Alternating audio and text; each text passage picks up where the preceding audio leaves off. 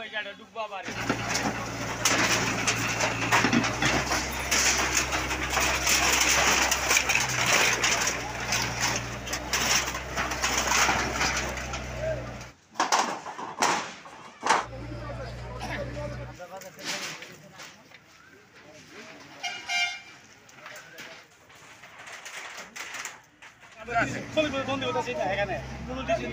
রাস্তা নাই একটা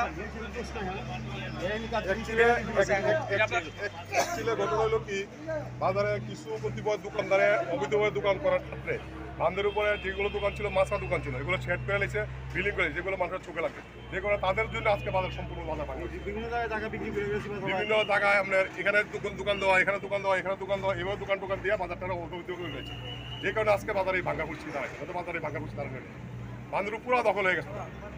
যে কারণে আজকে এই যে মাছ বাজারে যে দোকানগুলো আসলো এগুলো মাছ বাজারে এক্সটেনশনের লেগে কিছু কিছু দোকান আমরা বাইরে দেওয়া হয়েছে তাতে এগুলো মাছ বাজার ব্যবসা করে চলতে পারে ব্যবসায়িক বাইরে গেছে এটা অবৈধভাবে তারা দেওয়া হয়েছে কিন্তু যদি বান্ধরে বইছে এরই কারণে আজকে এই ভাঙা হয়েছে বাজারে কিছু লোক বাজারে 2-4-5 জন মিললা